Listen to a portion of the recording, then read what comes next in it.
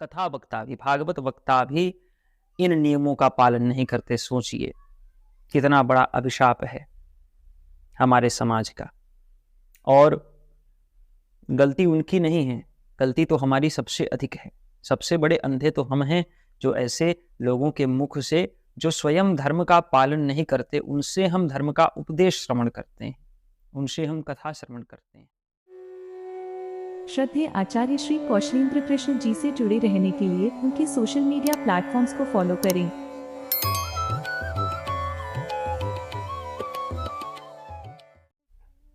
श्रीमन्नारायण विजयते। और हमारे जितने भी अग्रज हैं, गुरुजन हैं, ज्येष्ठ जन हैं, श्रेष्ठ जन हैं, सबके चरणों पर वंदन करते हुए हम आज के इस वीडियो को प्रारंभ करेंगे। और आज के वीडियो में हम शौचाचार के ऊपर चर्चा करेंगे। शौचाचार पर तो चर्चा करने के लिए बहुत कुछ है, किंतु समय बहुत कम रहता है। इसीलिए हम चर्चा करेंगे कि सनातन धर्म में शौचाचार का महत्व क्या है। सर्वप्रथम तो शौचाचार क्या है, इसी को हमको थोड़ा सा जानना चाहिए। अधिक जानने की आवश्यकता नहीं है। शौचाचार इतना है कि अपने शरीर की शुद्धि करना। किस प्रकार से हम अपने शरीर को शुद्ध करें, इसी की विधि को हम शौचाचार कहते हैं। इसी के आचार को हम शौचाचार कहते हैं। शौच का सीधा सा तात्पर्य है स्वच्छता, और स्वच्छता हमारा परम धर्म है, परम कर्तव्य है, ये हमको मानना है। इस वीडियो को ध्यान पूर्वक देखने की आवश्यकता क्यों, इस विषय पर भी चर्चा आवश्यक। तो इस वीडियो को ध्यानतया देखने की आवश्यकता इसलिए है क्योंकि आज के समय में समस्त समाज में शौचाचार को लेकर के बहुत सारी भ्रांतियां हैं। और भ्रांतियां क्या कहें, अज्ञान है। लोगों को पता नहीं है कि शौचाचार का महत्व क्या है, शौचाचार किस प्रकार से किया जाता है, उसकी विधि क्या है। तो शौचाचार की विधि के विषय में तो हम यहाँ पर भी चर्चा नहीं करेंगे, किंतु शौचाचार का महत्व क्या है। शौच से यदि हम हीन हो जाए, ऐसी स्थिति में हमारी क्या गति होती है, शास्त्रों में क्या वर्णन है, इसके विषय में आज के वीडियो में हम और आप चर्चा करेंगे। तो जैसे कि पूर्व में ही हमने बताया कि शौचाचार का सीधा सा तात्पर्य है स्वच्छता, अपने शरीर को स्वच्छ करना। स्वच्छता से ही इसका मुख्य संबंध है। और हमारे शास्त्रों में न केवल हमारे शरीर की स्वच्छता के विषय में वर्णन है, अपितु विविध वस्तुओं की स्वच्छता के विषय में भी वर्णन है। हम जो वस्त्र पहनते हैं उसकी भी स्वच्छता के विषय में वर्णन है, अन्नों की स्वच्छता के विषय में वर्णन है, भूमि की, गृह की स्वच्छता, यहाँ तक कि मिट्टी की भी स्वच्छता के विषय में हमारे शास्त्रों में वर्णन है। और ये जितने भी नाम अभी लिए, शरीर को भी यदि हम सम्मिलित कर लें तो इनमें ऐसा कुछ है कि इनमें से कुछ की स्वच्छता की विधियां तो समान हैं, कुछ की स्वच्छता की विधियों में आपको भिन्नता प्राप्त होती है। हमारे कहने का तात्पर्य ये है, इनमें से कुछ वस्तुओं की स्वच्छता आप एक ही विधि से करके भी कर सकते हैं, और कुछ की स्वच्छता के लिए आपको विभिन्न विधियों को धारण करना पड़ेगा। जैसे गृह की स्वच्छता के लिए गोबर से गृह का लेपन, यह गृह की स्वच्छता बताई जाती है। और वस्त्रों की स्वच्छता के लिए वस्त्रों को धोना, या यदि अत्यधिक मात्रा में वस्त्र एकत्रित हो जाएं, अशुद्ध वस्त्र, तो उनके ऊपर जल का सिंचन कर देना। इस प्रकार से हम वस्त्रों को शुद्ध करते हैं। तो भिन्नता तो है दोनों में।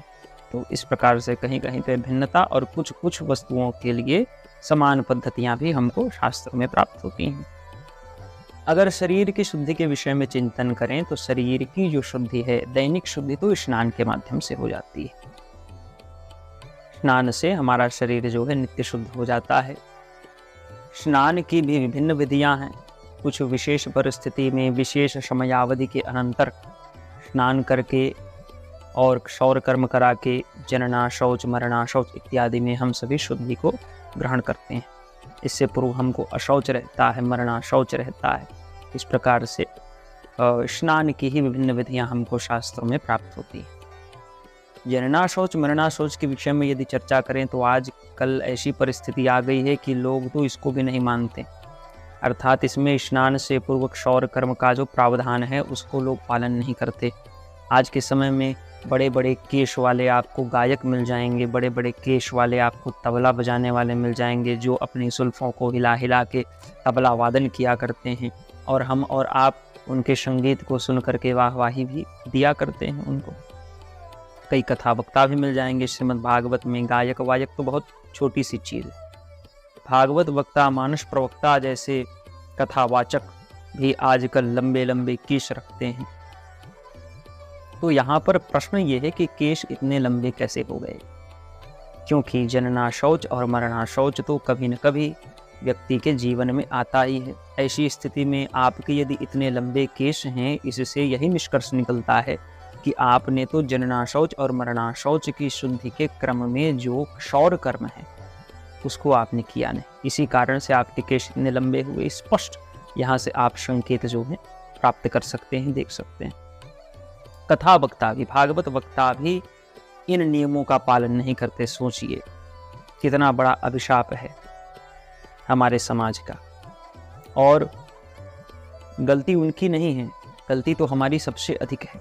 सबसे बड़े अंधे तो हम हैं, जो ऐसे लोगों के मुख से, जो स्वयं धर्म का पालन नहीं करते, उनसे हम धर्म का उपदेश श्रवण करते हैं, उनसे हम कथा श्रवण करते हैं। यह वास्तव में हमारी कमी है। कोई भागवत वक्ता उचितया संस्कृत भी न पढ़ पाए, श्रीमद् भागवत का प्रथम श्लोक भी ठीक से उच्चारण नहीं कर पा रहा है, लेकिन उनसे भी हम भागवत श्रवण करते हैं। कोई काला वर्ण, कोई नीला वर्ण, ऐसे वर्णों का वस्त्र धारण किया हुआ है जो वर्जित है। कोई दूल्हे के समान सजा बैठा है, कोई राधा कृष्ण को लैला मजनू से तोल रहा है, लैला मजनू के प्रेम के समान राधा कृष्ण के प्रेम को प्रदर्शित कर रहा है। ऐसे लोगों के मुख से हम धर्म श्रवण करते हैं, तो सबसे बड़े मूर्ख तो वास्तव में हम ही हैं। और ये इतने बड़े स्तर से लेकर के छोटे स्तर में सामान्य ब्राह्मण एक उदाहरण ले सकते हैं। ब्राह्मणों के यहाँ भी कई ऐसे हैं जो केवल अच्छा दिखने के लिए शौचाचार में जो मुख्य शौर कर्म है, जनना शौच मरना शौच में, उसको नहीं कराते, केवल अच्छा दिखने के लिए। और जब इन्हीं के घर में यदा कदा कभी कोई मांगलिक कार्य हो या कोई भी ऐसा आयोजन हो जिसमें समस्त समाज एकत्रित हो, तो उस स्थिति में ये लोग ऐसी क्रियाओं में सम्मिलित नहीं, ऐसे आयोजनों में नहीं जाते। क्यों? कि भाई हमने तो सिर मुंडाया नहीं है, हम जाति के ब्राह्मण हैं, हमको बहुत सारे लोग देखेंगे, कहेंगे कि आपने मुंडन नहीं कराया, तो आप ही दुनिया को सिखाते हैं और आप आज ही ने ये कृत्य कर दिया, इस प्रकार से आपने ही धर्म को नहीं माना।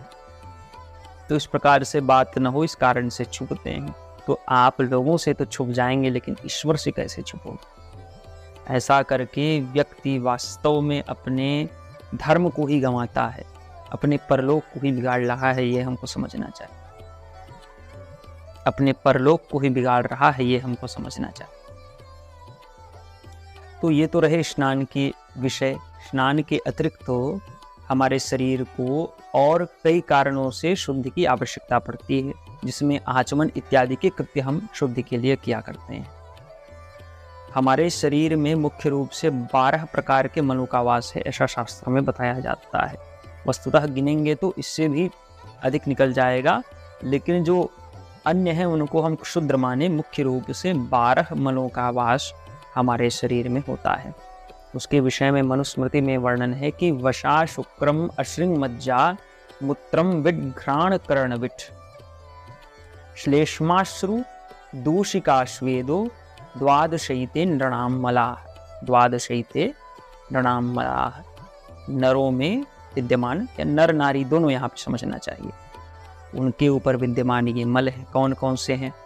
तो चर्बी, और जो हमारा वीर्य होता है वह, रक्त जो हमारे शरीर में रहता है वह, मज्जा रहता है वह, और फिर मलमूत्र, जो मलमूत्र और विष्ठा जो हम निष्कासित करते हैं वह, और नाक कान से जो उत्पन्न होने वाले पदार्थ हैं, जो खखार है, जो आंसू है, और आँख से निकलने वाला जो पदार्थ है, इसके अतिरिक्त जो पसीना है वह, यह सब 12 मल हमारे शरीर से निकलने वाले बताए जाते हैं। तो शरीर के अंदर हैं तब तक तो ये किसी भी प्रकार से प्रभाव नहीं डालते हमको, किंतु जब ये शरीर से निष्कासित हो जाते हैं तब यह जिस शरीर से निकलते हैं उस शरीर को अशुद्ध कर देते हैं। तो उसके लिए हमको शुद्ध की एक विधि धारण करके अपने शरीर को स्वच्छ करना होता है। वही विधि जो है शौचाचार कहलाती है। अब इन 12 के अतिरिक्त कुछ मल और हैं, जैसे कि जब हम जम्हाई लेते हैं तो वायु निकलता है, अपान वायु के माध्यम से भी वायु जो है हमारे शरीर से निर्गत होता है, तो ये भी मल ही हैं।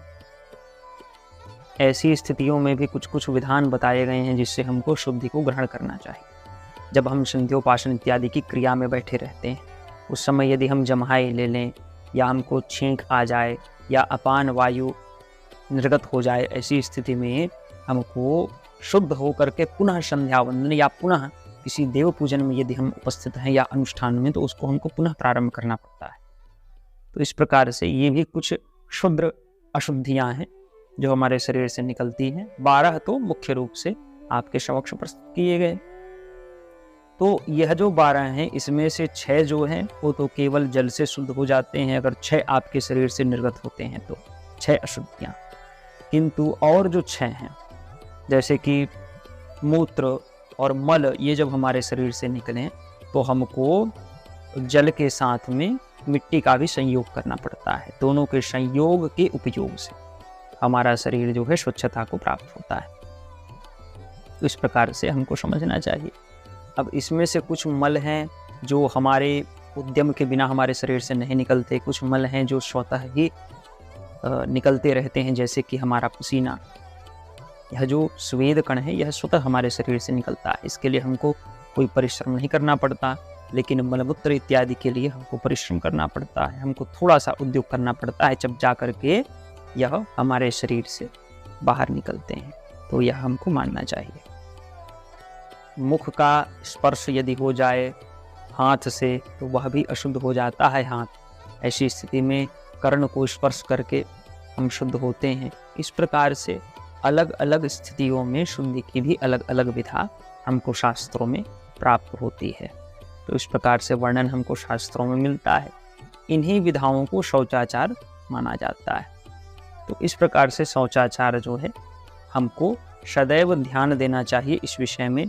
कभी भी हमारे शरीर से ऐसे मल निर्गत हो तो हम अपने शरीर को शुद्ध करके ही किसी भी कार्य में ऐसे मलिन शरीर से यदि आप किसी वस्त्र को भी स्पर्श करेंगे तो वस्त्र भी अशुद्ध हो जाएगा। तो जल और मिट्टी के उपयोग से। किंतु आज के समय में देखने में आता है कि हम विभिन्न प्रकार के हैंड वॉश, विभिन्न प्रकार के साबुनों का उपयोग करते हैं और इनके उपयोग करने का उपलक्ष्य केवल यह रहता है कि हमारे हाथ में जो विभिन्न प्रकार के जीवाणु होते हैं, यह हैंड वॉश, साबुन, शैम्पू हमारे शरीर से, हमारे हाथ से, हमारे सिर के बालों से ऐसे जीवाणुओं को समाप्त करें, ताकि हम जो है आरोग्यपूर्ण जीवन जो है व्यतीत कर पाएं। किंतु एक बात हमको सोचनी चाहिए कि साबुन और हैंड वॉश का आविष्कार कितने वर्ष पूर्व हुआ और हमारे शास्त्रों में शौचाचार कितने वर्ष पूर्व से विद्यमान है।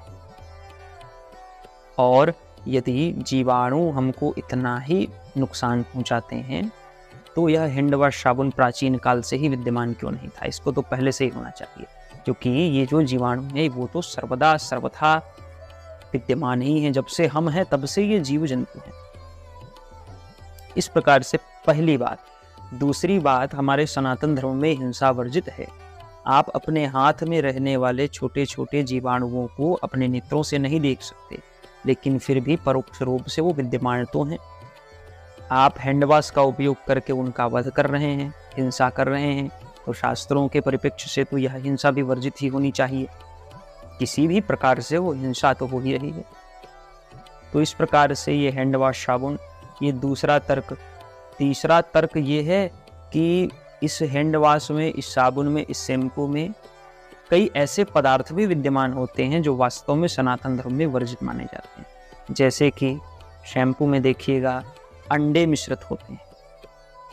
जहाँ पर अंडे न हो, साबुन में अंडे यदि उपलब्ध न हो तो कुछ नहीं तो कम से कम उसमें जीव के शरीर से निकली हुई वसा तो अवश्य आपको प्राप्त हो जाएगी।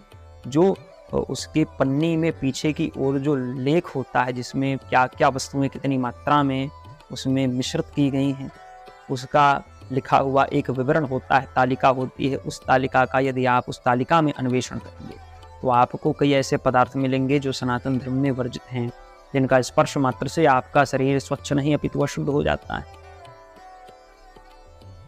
इस प्रकार से।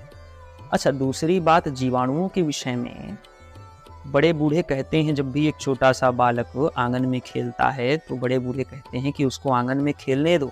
ये नहीं कहते कि आंगन तो अशुद्ध है, उसमें तो छोटे छोटे कीड़े हैं, गंदगी है, उस गंदगी को बालक हाथ में छू रहा है फिर मुख में लेके जा रहा है, इससे उसका तबीयत खराब हो जाएगा।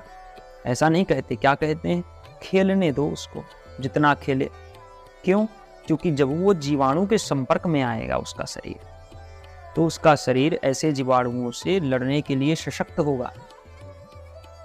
क्योंकि आदिकाल से ही हमारे शरीर में रोग प्रतिरोधक क्षमता के नाम से भगवान ने एक ऐसी क्षमता या ऐसी सेना बनाई है जो ऐसे जीवाणुओं से, जो हमको किसी भी प्रकार से आहत करें, उन जीवाणुओं से हमारी रक्षा करें। ये स्वयं ईश्वर कृत है।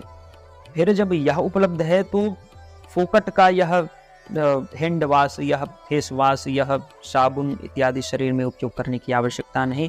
तो हमने तो यहाँ तक सुना है कि साबुन का शरीर में अत्यधिक उपयोग हो जाए तो उससे शरीर का त्वचा का कैंसर भी हो जाता है।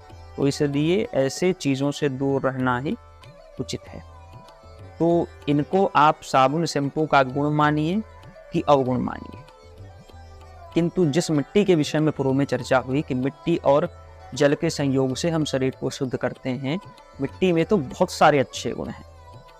मिट्टी के गुणों को बताते हुए हमारे स्मृतिकार कहते हैं कि अश्वक्रांते रथक्रांते विष्णुक्रांते वसुंधरे उद्धृतासि वराहेण कृष्णेन शतबाहुना मृत्तिके हर में पापम यन्मया पूर्व संचितम। अर्थात हे वसुंधरे, तुम्हारे ऊपर अश्व चले, तुम्हारे ऊपर रथ चले हैं, और जब बलि के यहाँ भगवान वामन गए थे तो तुमको उन्होंने अपने चरणों से नापा भी है, और एक बार भगवान विष्णु ने तुमको धारण भी किया है जब वो वाराह के रूप में अवतरित हुए थे। तो तुम वाराह के माध्यम से धरी हुई जो धरा हो, वसुंधरा हो, मृदा हो, तो हे मृदा, मेरे पूर्व में संचित किए गए समस्त पापों को तुम समाप्त कर दो। तो पापों को समाप्त करने की शक्ति जो है वो मृदा में रहती है, ये साबुन हैंड वाश में नहीं रहती है। और सनातन धर्म में शौचाचार का मुख्य उद्देश्य यही है। यह नहीं है कि आपके शरीर से कीटाणु इत्यादि को समाप्त किया जाए, यह है कि पूर्व संचित समस्त पाप, समस्त दोष, समस्त ताप समाप्त हो जाएं, उनसे आप स्वच्छ हो जाएं। उसी को शौचाचार कहते हैं, जो सनातन धर्म में एक मौलिक धर्म माना जाता है, सनातन धर्म के अंतर्गत, सनातन सभ्यता के अंतर्गत। तो इस प्रकार से मिट्टी का गुण। अच्छा, मिट्टी भी कैसी हो इसका भी विधान है। कैसी मिट्टी से आप शौचाचार में कैसी मिट्टी को प्रयुक्त करें, और शौचाचार के समय कितने बार आप हाथ धोएं, कितने बार आप पैर धोएं, कितने बार आप जननांगों को धोएं, गुप्तांगों को धोएं, इसका भी विधान है। और ये सारे विधान आपको कहाँ मिलेंगे? ये सारे विधान जो हैं, जितने भी अभी बताए, ये सारे विधान आपको आपके सूत्रों में मिलेंगे। सूत्र क्या है? ब्राह्मण, क्षत्रिय, वैश्य, यह जो हैं, इनको अपने अपने वेदानुसार भिन्न भिन्न सूत्र प्राप्त होते हैं। जैसे साम वेद में जैमिनीय गृही सूत्र हो गया, और द्राह्यायण हो गया, और गोभिल गृही सूत्र हो गया। उनमें जैसा वर्णन किया गया है शौचाचार इत्यादि सबका वर्णन उसमें रहता है, यज्ञोपवीत संस्कार इत्यादि सबका, तो उसमें जैसा वर्णन प्राप्त होता है उसी के अनुरूप एक ब्राह्मण को या उस वेद के अधिकारी ब्राह्मण को आचरण करना चाहिए, क्षत्रिय को, वैश्य को। और ब्राह्मण की जहाँ तक बात करें, ब्राह्मण तो तलवार के ऊपर चलता है, क्योंकि सबसे अधिक नियम शास्त्र में ब्राह्मणों के लिए ही प्रदत्त हैं। ब्राह्मणों को ऐसा मानिए कि तलवार पर वो अपना पैर रख रहे हैं। यहाँ तक कह दिया कि मृत्तिकाभिर्विना शौचम स्नान मुष्मोदकेन वै उपोदकेन सप्ताहम कृत्वा विप्रः शूद्रवान। तात्पर्य क्या होगा?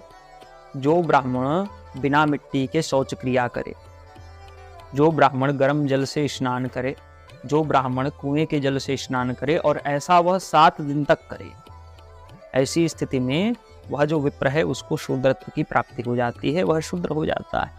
तो ब्राह्मण के लिए तो इतना अधिक नियम है। और जो ब्राह्मण ऐसे शौचाचार से हीन है ना, उनको तो दान भी न किया जाए, ऐसा वर्णन है। यदि आप ऐसे ब्राह्मण को दान दे देते हैं, आप ब्राह्मणेतर हैं और ऐसे ब्राह्मण को यदि आप दान दक्षिणा कर दें तो वो दान दक्षिणा भी रोने लग जाते हैं। नष्ट शौचे व्रत भ्रष्टे विप्रे वेद विवर्जिते रोदित्यन्नम दीयमानम किम मया दुष्कृतं कृतम्। ऐसा जो नष्ट शौच ब्राह्मण है, व्रत से भ्रष्ट है, वेद विवर्जित है, उसको यदि आप अन्नदान इत्यादि देते हैं तो रोदित्यन्नम दीयमानम, वो दिया हुआ जो अन्न है वो भी रोता है। शौच हीनास ये विप्रा न च यज्ञोपवीतिनः कुतं दत्तं तपस्तेषां नश्यत्यत्र न संशयः।